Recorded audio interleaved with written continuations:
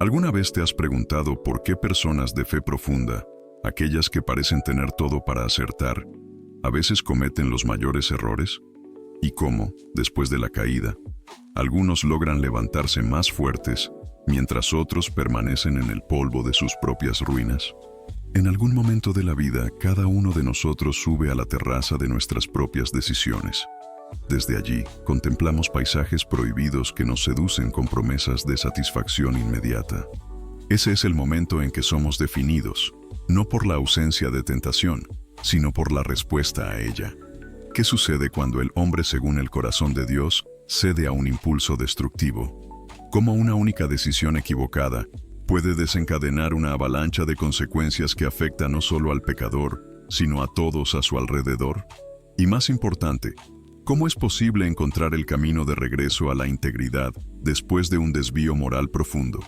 Esta narrativa no es solo sobre un rey antiguo y su error trágico, es sobre ti, tu jornada espiritual y las terrazas de tentación que inevitablemente aparecerán en tu camino. Es sobre el Dios que, aun conociendo cada caída futura, continúa ofreciendo oportunidades de recomienzo a aquellos que lo buscan con sinceridad. Prepárate para un viaje de la terraza al trono, una travesía por la falibilidad humana y por la gracia divina que transforma nuestra mayor vergüenza en testimonio de restauración. El sol se ponía sobre Jerusalén, proyectando sombras alargadas sobre los tejados de la ciudad. Las últimas luces doradas bañaban la terraza real, donde un hombre contemplaba su reino. Era primavera, la estación en que los reyes salían a guerrear.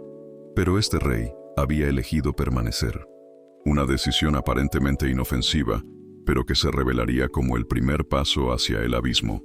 ¿Ya has notado cómo los mayores deslices raramente comienzan con grandes transgresiones? Generalmente, es una pequeña negligencia, una pequeña desviación del camino que debería seguirse.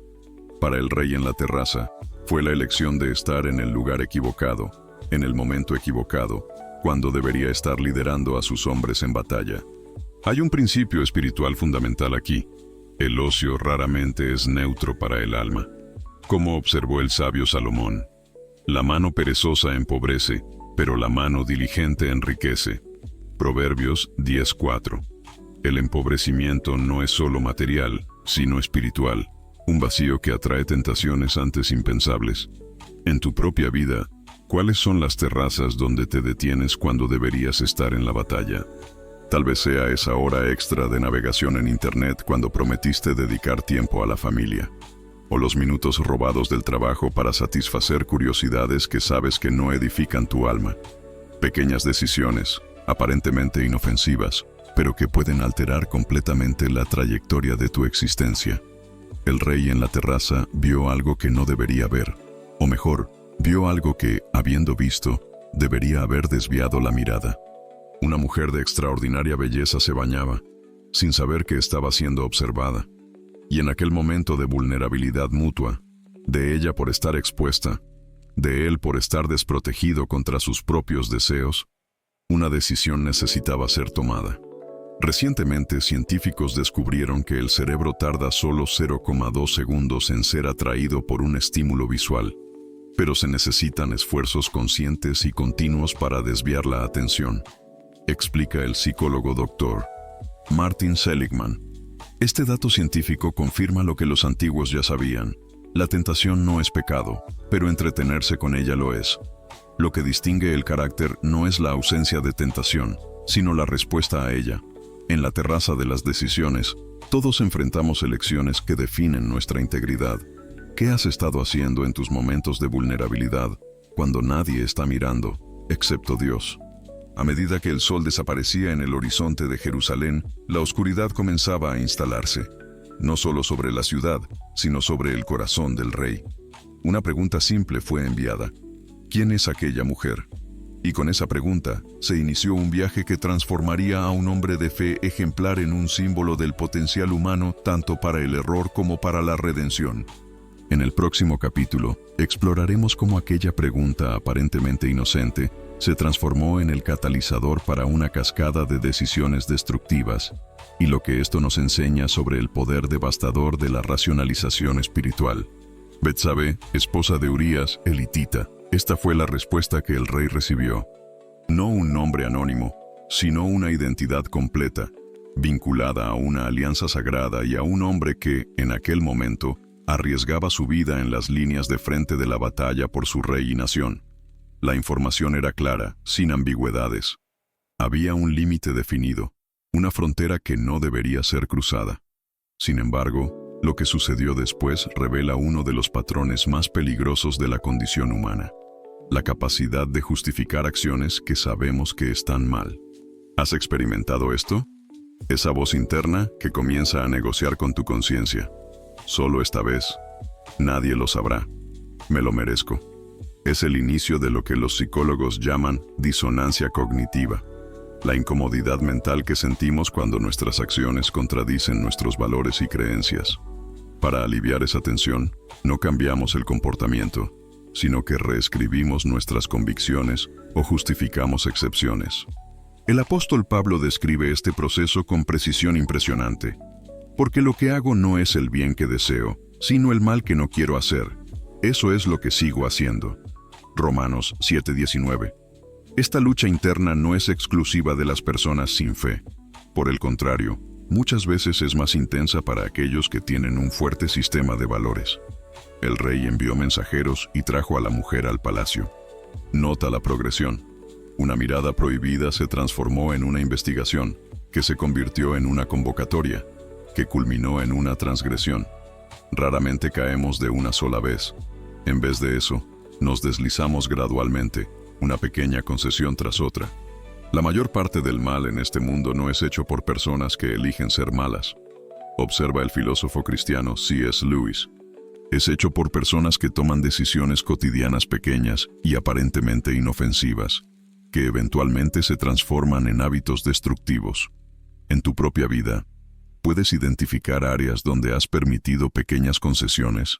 Tal vez una mentira blanca aquí, un pequeño exagero allá, o tal vez una indulgencia que sabes que perjudica tu cuerpo, el templo del Espíritu Santo. Como el rey en la terraza, cada vez que justificamos una pequeña transgresión, pavimentamos el camino para la siguiente, mayor. El mensaje retornó al palacio semanas después. Estoy embarazada. 2 palabras que transformaron una indiscreción en una crisis. El rey ahora enfrentaba las consecuencias de sus acciones, pero en vez de buscar arrepentimiento y reconciliación, se adentró aún más profundamente en la espiral del autoengaño. Un plan elaborado fue concebido: traer al marido del campo de batalla, animarlo a pasar tiempo con su esposa y así enmascarar la verdadera paternidad del niño. Era una solución que parecía preservar la reputación de todos los involucrados. El único problema estaba basada en mentiras y manipulación. Lo que hace esta historia tan relevante para nosotros hoy es su honestidad implacable sobre la capacidad humana para el autoengaño. Incluso personas con una conexión genuina con Dios pueden alejarse temporalmente de sus valores más profundos cuando permiten que sus deseos nublen su discernimiento.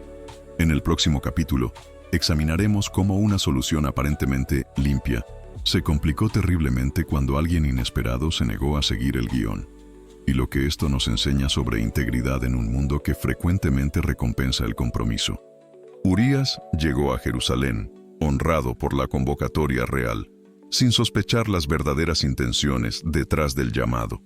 El rey lo recibió calurosamente, inquiriendo sobre el progreso de la guerra y el bienestar de las tropas. Después de una conversación amistosa, sugirió: «Desciende a tu casa y descansa un poco». Era un gesto aparentemente generoso, dar a un soldado cansado la oportunidad de disfrutar de las comodidades del hogar y de la compañía de su esposa. ¿Quién rechazaría tal privilegio? La respuesta sorprendió al rey. ¿Cómo podría ir a casa, comer, beber y acostarme con mi mujer mientras mi señor Joab y los siervos de mi señor están acampados al aire libre, en campo abierto? Tan cierto como tú vives, jamás haría tal cosa. La integridad de Urías era tan sólida que se negó a disfrutar de comodidades que sus compañeros no podían compartir. Hay algo profundamente incómodo sobre la integridad ajena cuando nosotros mismos estamos comprometidos. Sirve como un espejo que refleja no lo que queremos ver, sino lo que necesitamos ver. ¿Alguna vez te has sentido incómodo con el ejemplo de alguien cuyos estándares éticos eran más elevados que los tuyos? Es como si su mera presencia destacara áreas en nuestra vida que preferimos mantener en las sombras. Jesús habló sobre este fenómeno.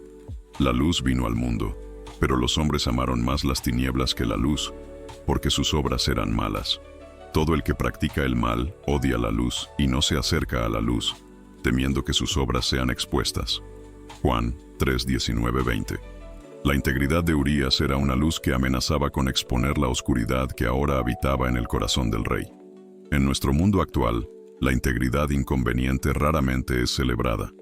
Llamamos rígidos a aquellos que se niegan a doblar sus principios, o ingenuos a los que no explotan brechas éticas que todos usan. Sin embargo, la vida de integridad, incluso cuando es inconveniente, proporciona algo que ningún compromiso puede ofrecer: paz interior. El psicólogo Dr. Jordan Peterson observa: la verdad es la mejor arma contra el caos y la miseria. Las mentiras pueden funcionar a corto plazo, pero a largo plazo multiplican el sufrimiento. Urías no sabía que su negativa estaba frustrando un plan elaborado para encubrir una infidelidad, pero su insistencia en la verdad, incluso una verdad inconsciente, estaba a punto de precipitar una serie de eventos aún más trágicos. Frustrado, el rey intentó un enfoque diferente. Invitó a Urías a cenar. Le sirvió vino en abundancia, esperando que la embriaguez lo llevara a actuar contra sus propios principios. Pero incluso intoxicado, la integridad de Urías permaneció inquebrantable. Durmió con los siervos del rey, negándose a ir a casa. ¿Cuántas veces intentamos influenciar a otros para que comprometan sus valores para acomodar nuestras propias fallas? Solo una bebida no va a matar a nadie, le decimos al amigo en recuperación. Todo el mundo evade un poquito. Justificamos al colega que se niega a desviarse del camino de la honestidad fiscal. En vez de ser inspirados por la integridad ajena, muchas veces intentamos arrastrarla a nuestro propio nivel de compromiso. Con sus intentos de manipulación frustrados, el rey se encontró en una encrucijada moral. Podría confesar su error, enfrentar las consecuencias y buscar reconciliación, o podría eliminar el obstáculo en su camino.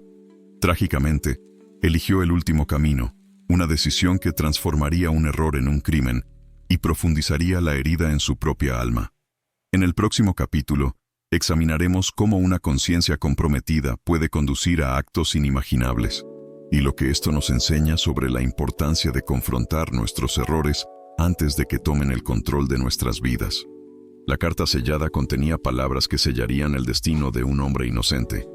Pongan a Urías al frente, donde el combate es más violento. Después, retírense, dejándolo solo para que sea abatido y muera. Estas palabras, escritas por la mano que antes componía salmos de alabanza, representan uno de los momentos más oscuros de la espiritualidad comprometida. ¿Cómo es posible que alguien pase del amor a Dios a la planificación fría de un asesinato? El viaje no es tan largo como imaginamos. Como escribió Santiago, cada uno es tentado cuando es atraído y seducido por sus propios malos deseos. Entonces esos deseos, habiendo concebido, dan a luz el pecado, y el pecado, después de haberse consumado, engendra la muerte. Santiago 1:14-15. Tal vez nunca hayas orquestado la muerte de alguien, pero conoces la progresión. Un pequeño compromiso moral lleva a otro mayor, que exige medidas más extremas para ser encubierto. Es la matemática terrible del pecado no confrontado. Nunca permanece del mismo tamaño, sino que crece en proporción geométrica. Urías, el hombre de integridad inquebrantable, llevó su propia sentencia de muerte al campo de batalla, confiando en el rey que había traicionado no solo a él, sino a sí mismo y a Dios. La ironía es cortante. El mensajero leal de la muerte fue el propio hombre que merecía vivir. Cuando la noticia de la muerte de Urías llegó al palacio, el rey expresó condolencias oficiales. No te preocupes por esto. La espada devora ora a uno, ora a otro. Era el último acto de su elaborada actuación, fingir que se trataba solo de una baja común de la guerra. A continuación, tomó a la viuda como esposa, aparentemente transformando una tragedia en un gesto de misericordia real. Desde fuera, todo parecía resuelto. El escándalo, evitado. La reputación, preservada. Pero internamente, algo había muerto en el corazón del rey, algo mucho más valioso que su imagen pública. El ambiente más ruidoso del mundo, observó el teólogo A.W. Tozer, es un alma que intenta silenciar la voz de la conciencia. ¿Conoces ese ruido interno? La actividad frenética, el entretenimiento constante, cualquier cosa para evitar el silencio donde la verdad puede finalmente ser oída. El rey había logrado engañar a su pueblo, pero había un observador que no podía ser engañado. El texto sagrado registra con solemnidad: pero lo que David hizo desagradó al Señor. En nuestra cultura de apariencias, es fácil confundir la ausencia de consecuencias inmediatas con la ausencia de consecuencias. Celebramos a aquellos que se salen con la suya de situaciones comprometedoras y admiramos la habilidad de gestionar percepciones. Pero la verdadera contabilidad moral no sigue los cronogramas humanos. La psicóloga, Dra.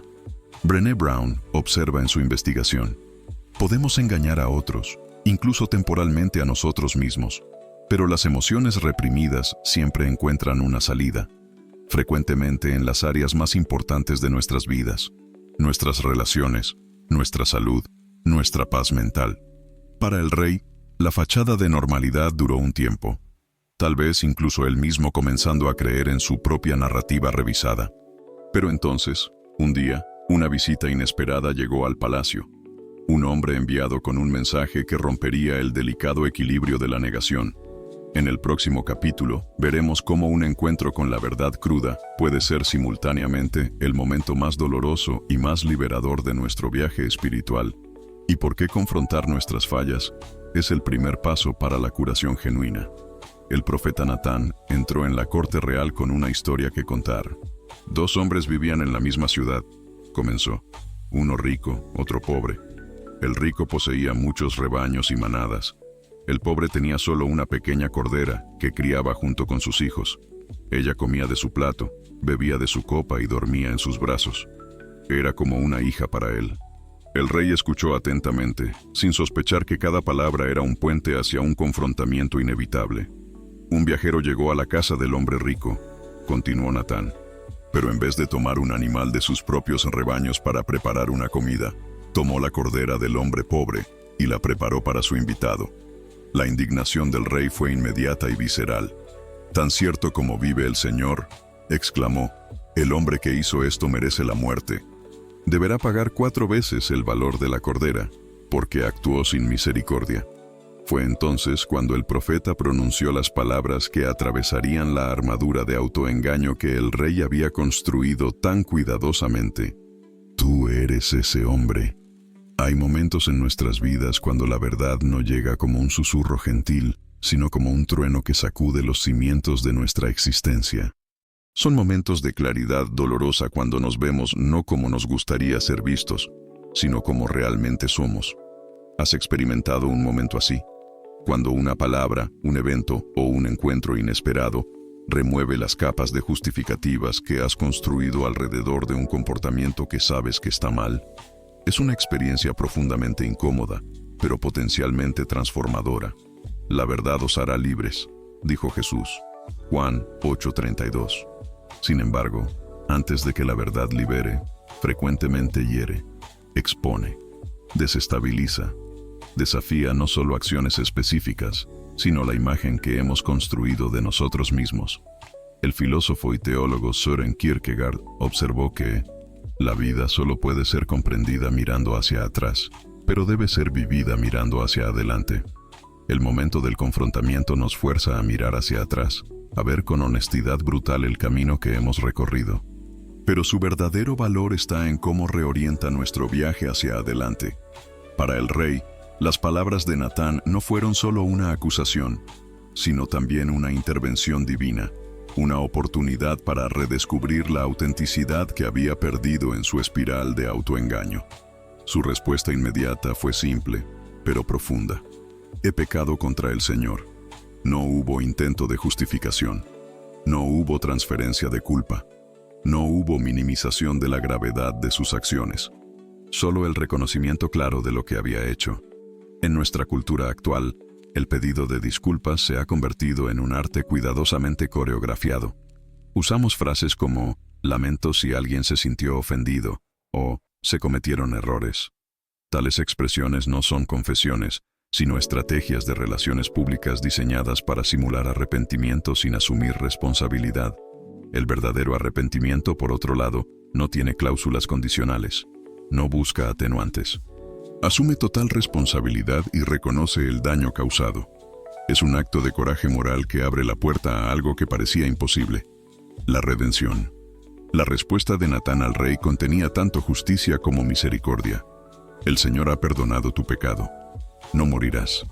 Sin embargo, porque has despreciado al Señor, el Hijo que te ha nacido, ciertamente morirá. Este es uno de los paradojas más profundas del viaje espiritual.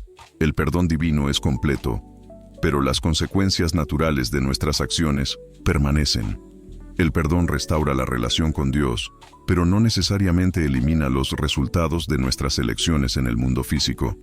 En el próximo capítulo exploraremos cómo el rey enfrentó las consecuencias de sus acciones, y lo que su respuesta nos enseña sobre encontrar esperanza incluso en los momentos más oscuros de nuestra propia historia. El Hijo nació, fruto de la unión que comenzara en circunstancias tan problemáticas. Pero pronto quedó claro que algo estaba mal.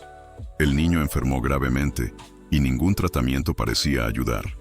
El rey, ahora confrontado con las consecuencias tangibles de sus acciones, respondió de una manera que sorprendió incluso a sus consejeros más cercanos. Se retiró a sus aposentos, se negó a comer, y pasó días postrado en oración. El hombre que había comandado ejércitos y gobernado una nación, ahora estaba completamente impotente. Todas sus riquezas, poder e influencia no podían alterar el curso de los eventos que él mismo había desencadenado. ¿Has experimentado ese momento de claridad absoluta, cuando te das cuenta de que no hay nada que puedas hacer para arreglar una situación que tú mismo creaste? Es un lugar de vulnerabilidad extrema, pero también de potencial transformación. Es en la impotencia donde descubrimos lo que realmente creemos sobre Dios. Observa el teólogo Eugene Peterson. Cuando no podemos controlar el resultado, cuando nuestras propias capacidades llegan al fin, enfrentamos la elección fundamental: confiar o desesperar. Durante 7 días, el rey permaneció en ese espacio liminar, entre el arrepentimiento y la esperanza. Y entonces lo impensable sucedió. El niño murió. Los siervos temían dar la noticia, susurrando entre sí. Si quedó tan angustiado mientras el niño aún vivía, ¿qué hará ahora? Para sorpresa de todos, cuando supo de la muerte del niño, el rey se levantó, se bañó, se cambió de ropa y fue a adorar al templo. Después retornó al palacio y pidió que le sirvieran comida. Ante las miradas atónitas de los siervos explicó: mientras el niño aún vivía, ayuné y lloré. Pensé, ¿quién sabe si el Señor tendrá compasión de mí y permita que el niño viva? Pero ahora que ha muerto, ¿por qué ayunar? ¿Puedo traerlo de vuelta? Yo iré donde él está, pero él no volverá a mí. Esta respuesta revela un aspecto crucial de la espiritualidad madura: la capacidad de aceptar lo que no puede ser cambiado y seguir adelante. No con amargura o resignación, sino con una aceptación que nace de la confianza en el carácter de Dios, incluso cuando no comprendemos sus caminos. El psicólogo Viktor Frankl, sobreviviente de los campos de concentración nazis, articuló este principio en su obra El hombre en busca de sentido.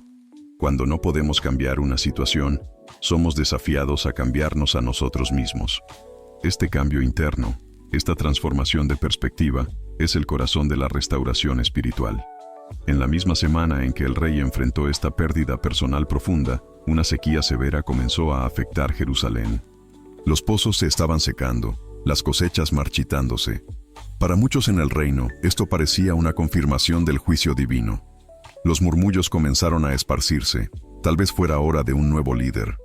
Es en los momentos de crisis que nuestro verdadero carácter se revela.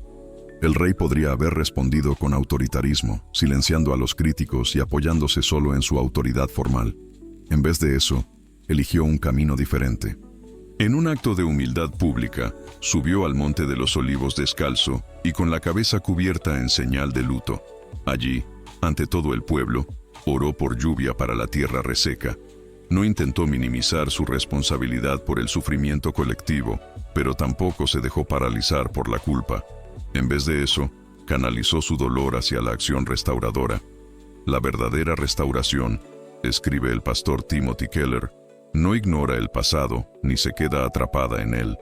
Incorpora la experiencia del fracaso y de la gracia en una nueva identidad más sabia, más humilde y más compasiva. En las semanas siguientes, mientras el rey navegaba por el delicado equilibrio entre liderar y reconocer sus fallas, algo sorprendente sucedió. Betsabé anunció que estaba embarazada nuevamente. En vez de recibir la noticia con aprensión, el rey la vio como una señal de esperanza renovada. Este hijo recibiría el nombre de Salomón, que significa paz. Un recordatorio tangible de que incluso después del fracaso más profundo, la vida y la gracia continúan fluyendo. En el próximo capítulo, veremos cómo las crisis externas comenzaron a intensificarse alrededor del rey y cómo su recién descubierta autenticidad espiritual sería probada en medio de tensiones familiares crecientes y amenazas a su reinado. Mientras el rey comenzaba a reconstruir su vida espiritual y su relación con Dios, fuerzas externas se estaban reuniendo que pondrían a prueba su restauración interior. La crisis más inmediata vino de donde menos esperaba: su propia familia. Absalón, su hijo, era un joven de extraordinaria belleza física y ambición política mal disimulada. Mientras el rey lidiaba con las consecuencias de sus acciones, Absalón vio una oportunidad estratégica. Comenzó a posicionarse en las puertas de la ciudad, interceptando a personas que venían a buscar juicio real. ¿De qué ciudad vienes?, preguntaba cordialmente a los visitantes. Y entonces, después de escuchar sus casos, suspiraba con expresión preocupada. Tu caso es ciertamente válido y justo, pero no hay representante del rey para oírte. Ah, si al menos yo fuera nombrado juez en esta tierra.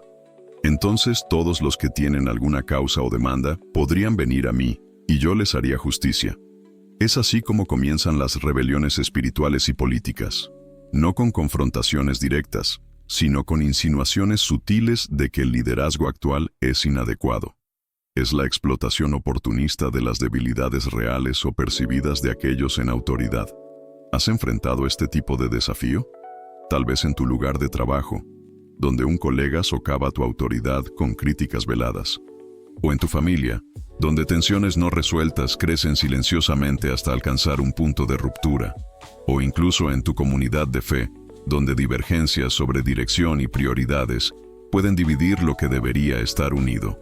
No hay prueba más severa para el crecimiento espiritual, observa el escritor Henry Nouwen, que nuestra respuesta a aquellos que nos desafían en momentos de vulnerabilidad.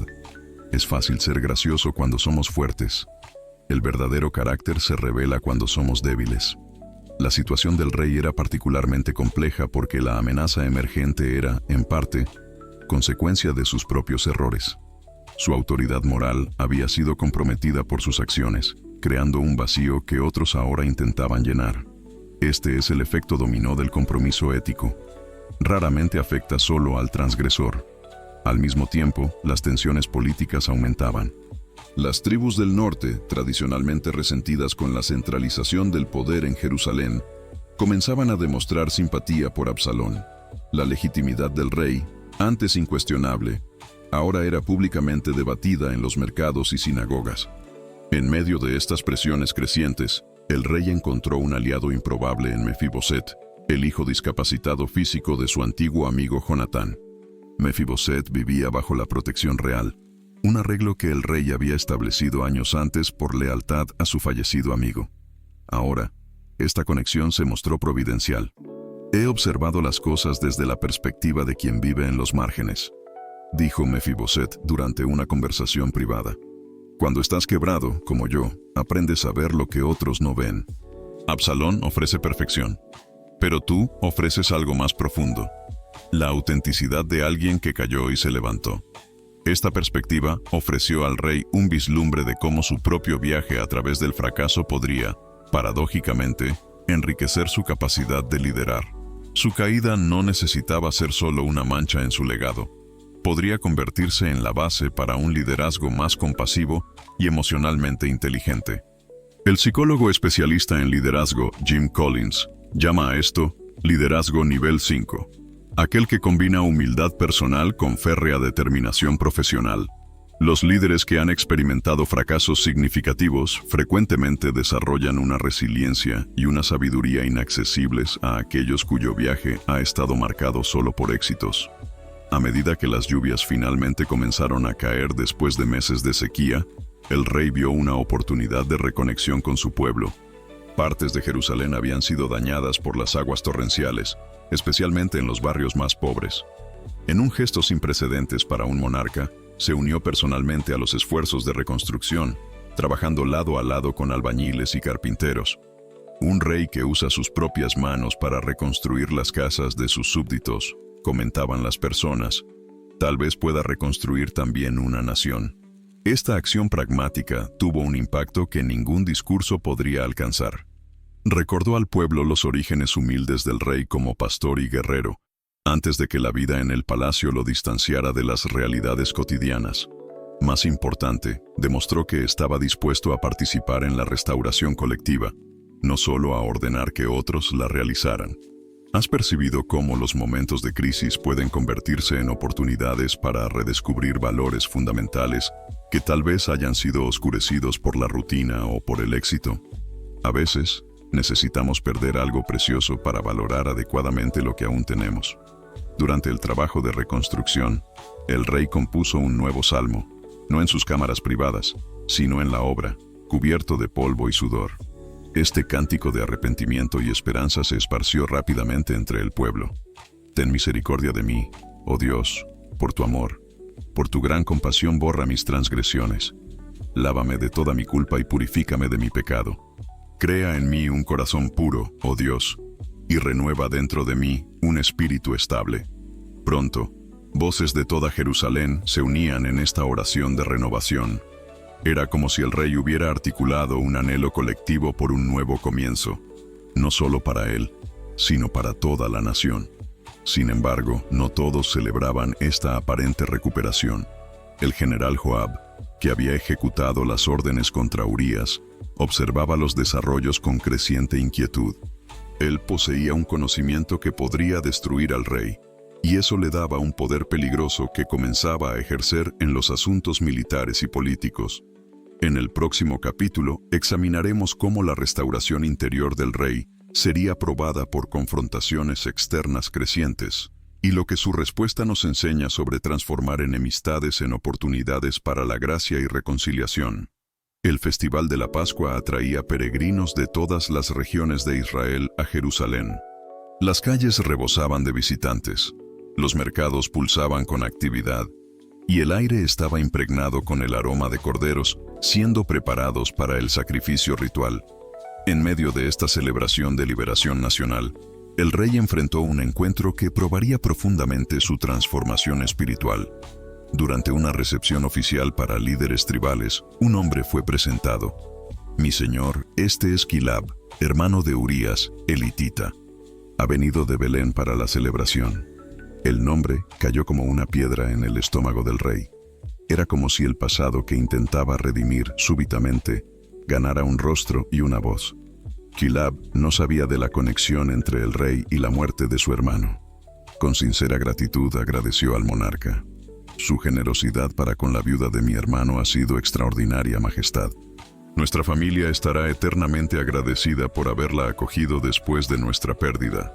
Cada palabra era como una daga. La gratitud inmerecida pesaba más que cualquier acusación podría pesar. ¿Has recibido alguna vez agradecimientos por algo que sabes que no mereces? ¿O elogios basados en una percepción incompleta de tus acciones?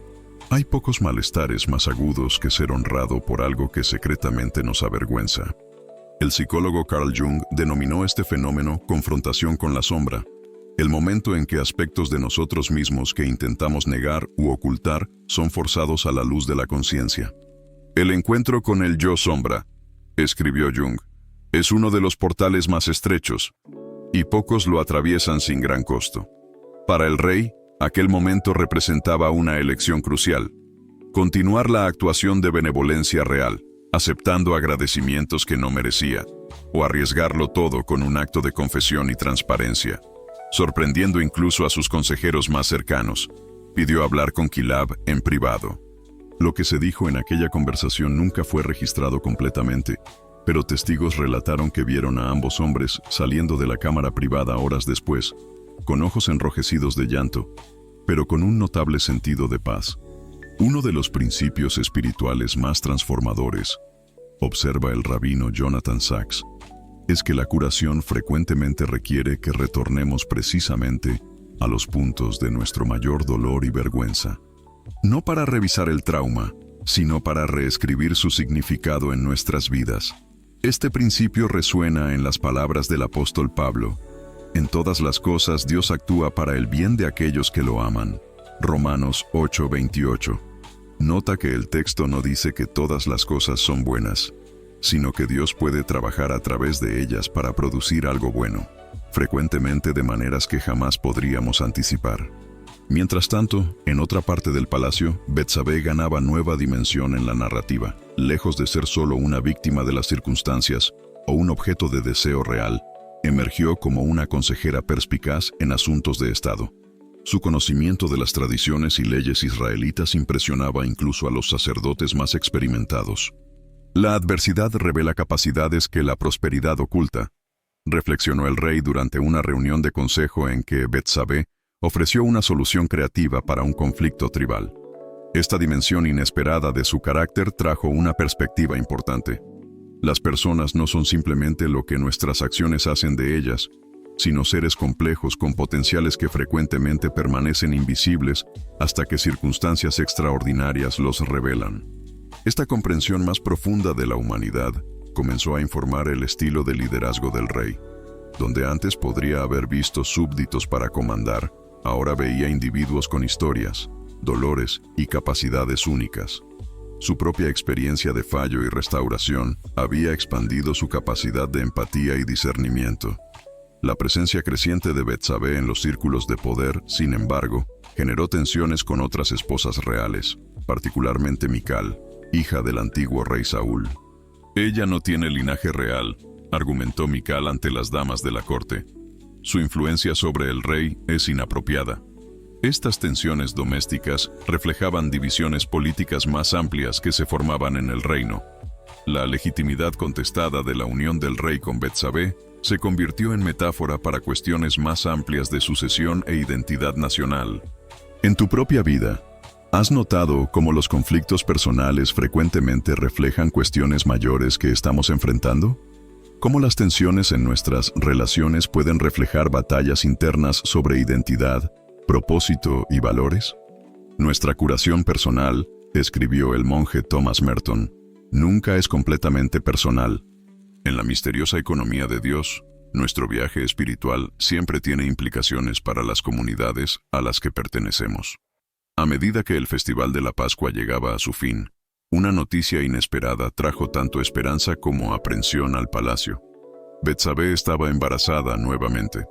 Esta vez, sin embargo, la atmósfera era diferente. Había un sentido de aceptación silenciosa en la corte, una expectativa cautelosa de que este nacimiento podría representar un nuevo capítulo, no solo para la familia real, sino para todo Israel. El profeta Natán, que anteriormente había confrontado al rey con su transgresión, retornó con un mensaje sorprendente. Este hijo llevaría no solo el nombre de Salomón, paz, sino también Jedidías, significando amado por el Señor. Era una señal tangible de reconciliación divina, una indicación de que la historia no terminaría con juicio, sino con renovación. En el próximo capítulo, exploraremos cómo esta promesa de futuro sería probada por una crisis inmediata, a medida que las tensiones políticas se intensificaban y el rey enfrentaba su mayor amenaza hasta entonces, un hijo determinado a tomar su trono. Los susurros se transformaron en rumores y los rumores en informes alarmantes. En Hebrón, la antigua capital antes de Jerusalén, Absalón se había declarado rey. Lo que comenzara como manipulación política sutil se había transformado en rebelión abierta. Mensajeros llegaban diariamente con noticias de más tribus declarando lealtad al joven pretendiente al trono. La noticia llegó al rey durante la celebración del Shabbat, rompiendo la paz sagrada de este día de descanso. Los consejeros se reunieron apresuradamente para evaluar la situación. Las opiniones estaban divididas. Algunos recomendaban resistencia inmediata, otros sugerían negociación. La decisión, como siempre, correspondería al rey. Después de un periodo de reflexión silenciosa, sorprendió a todos con su respuesta. Levantémonos y huyamos, pues no habrá escapatoria de Absalón. Vamos deprisa, para que no nos alcance rápidamente, traiga desgracia sobre nosotros e hiera la ciudad a filo de espada. Esta no era la reacción esperada de un guerrero legendario que había derrotado gigantes y conquistado naciones. En vez de confrontar la amenaza con fuerza, eligió retirarse. ¿Era cobardía? ¿Debilidad? ¿O algo más profundo? Hay momentos, escribió el místico cristiano Tomás de Kempis, en que el verdadero coraje se manifiesta no en resistir, sino en ceder, no en permanecer firme, sino en retirarse, no en vencer, sino en rehusarse a destruir. ¿Has enfrentado alguna vez una situación en que la respuesta aparentemente fuerte, luchar, resistir, confrontar, en realidad no era la más sabia? Nuestra cultura frecuentemente equipara fuerza con agresividad y resolución con dominación. Sin embargo, la verdadera sabiduría a veces reconoce que el camino menos directo puede preservar lo que es más valioso. Para el rey, la decisión fue influenciada por una comprensión dolorosa. Una batalla entre padre e hijo no tendría vencedores reales. Además, una guerra civil en Jerusalén significaría derramamiento de sangre inocente. Su retirada estratégica no era rendición, sino un acto calculado para preservar vidas y posibilitar una resolución menos destructiva. Cuando la noticia de la decisión del rey se esparció, cada familia en Jerusalén enfrentó su propia elección: permanecer en la ciudad y aceptar el nuevo régimen, o seguir al rey exiliado en un viaje de futuro incierto. Estas decisiones revelaron lealtades verdaderas y probaron convicciones profundas. En medio del caos de la partida apresurada, ocurrió una demostración extraordinaria de fidelidad. Betsabé, avanzada en su embarazo, insistió en acompañar al rey en el exilio. «Donde tú vayas, iré yo», declaró, haciendo eco de las palabras de Ruth para Noemí: «Tu pueblo será mi pueblo, y tu Dios será mi Dios». La imagen de la reina embarazada caminando al lado del rey envejecido por el camino polvoriento se convirtió en un símbolo poderoso que inspiró a los seguidores restantes. Era la materialización física de una verdad espiritual. El compromiso verdadero se revela no en las circunstancias de prosperidad, sino en las adversidades del viaje. Los períodos de exilio y desierto, observa el teólogo Walter Brueggemann, son temas recurrentes en la narrativa bíblica precisamente porque es en esos espacios liminares, entre lo que fue y lo que será, donde frecuentemente ocurren las transformaciones más profundas. El pequeño grupo de exiliados atravesó el valle del Cedrón y comenzó a subir el monte de los Olivos. Allí, el rey se detuvo para mirar hacia atrás, contemplando la ciudad que tanto había amado y en muchos aspectos traicionado. Sus ojos se detuvieron en el templo, brillando al sol de la mañana, y en el palacio donde había experimentado tanto triunfo como vergüenza. En aquel momento de contemplación, compuso un salmo más en su corazón. No era un lamento por su situación actual, ni una oración por venganza contra aquellos que lo habían traicionado. En vez de eso, era una expresión de confianza en la providencia divina incluso en medio de la adversidad. «El Señor es mi pastor, nada me faltará. En verdes pastos me hace reposar, me conduce a aguas tranquilas, restaura mi vigor, me guía por sendas de justicia por amor de su nombre». Mientras avanzaban hacia el desierto, el grupo se vio probado de maneras que la vida en el palacio nunca había exigido.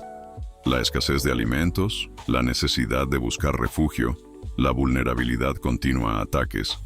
Estas circunstancias revelaron tanto debilidades como fortalezas inesperadas en cada miembro de la comitiva. Para el rey, los recuerdos de su juventud como pastor en las mismas colinas ofrecieron una resiliencia que sorprendió incluso a sus seguidores más cercanos. Las habilidades de supervivencia que había aprendido décadas antes, mucho antes de la corona, ahora servían no solo a él, sino a todos los que lo acompañaban. En una cueva en los montes de Judá, lejos de la comodidad del palacio, ocurrió un evento que renovó las esperanzas del grupo exiliado: el nacimiento de Salomón. El contraste no podría ser más marcado. Un príncipe nacido no en cámaras reales con parteras experimentadas, sino en circunstancias rústicas que recordaban a tantas otras figuras clave en la historia israelita. Este nacimiento en medio de la adversidad fue interpretado por los seguidores del rey como una poderosa señal de esperanza. Si Dios trae nueva vida incluso en nuestro exilio, razonó un consejero anciano, ciertamente no nos ha abandonado por completo. El nacimiento también atrajo el apoyo de tribus vecinas que vieron en el evento un presagio divino. Gradualmente, el pequeño grupo de refugiados comenzó a crecer, fortalecido por aquellos que reconocían en el rey exiliado una integridad que su carismático hijo no poseía. En el próximo capítulo, el más crucial de nuestra narrativa, veremos cómo este viaje a través del desierto culminó en una transformación que nadie podría haber previsto, y lo que esto nos enseña sobre el poder redentor que puede emerger de los mayores fracasos de la vida. Este último capítulo representa el punto culminante de nuestro viaje, donde las lecciones más profundas de toda la narrativa se revelan. Es aquí donde vemos cómo la travesía del Valle de la Vergüenza hasta el Monte de la Restauración completa su ciclo transformador. El campamento de los exiliados había crecido considerablemente. Lo que comenzara como un pequeño grupo de fugitivos ahora se asemejaba a un ejército en formación. Noticias de Jerusalén indicaban que el reinado de Absalón no correspondía a las expectativas de quienes lo apoyaron. Su belleza y carisma demostraron ser sustitutos inadecuados para la sabiduría y experiencia. El liderazgo que se basa solo en la apariencia y en las promesas, observó el general Joab durante un consejo de guerra, eventualmente revela su propia superficialidad. La ironía no escapó al rey. Años antes, él mismo había gobernado basándose en parte en la imagen. Su caída y subsecuente restauración habían revelado cuán inadecuados son tales fundamentos. Ahora su hijo aprendía la misma lección, pero aparentemente sin la oportunidad de redención que le había sido concedida. Mensajeros trajeron la noticia. Absalón estaba movilizando fuerzas para un enfrentamiento definitivo. La batalla que el rey había esperado evitar ahora parecía inevitable. En la víspera del enfrentamiento, reunió a sus comandantes con una orden clara y emocionada. Tengan consideración por el joven Absalón. Háganlo por mí. Esta instrucción revelaba el corazón transformado del rey. Incluso ante la traición, su preocupación paternal persistía. La venganza, que podría parecer justificada, se dio lugar a la misericordia.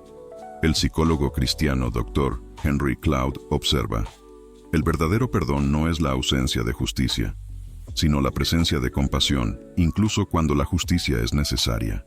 Es la capacidad de ver la humanidad del otro, incluso cuando sus acciones fueron inhumanas. Cuando la batalla finalmente ocurrió en el bosque de Efraín, el ejército más experimentado del rey prevaleció rápidamente sobre las fuerzas de Absalón.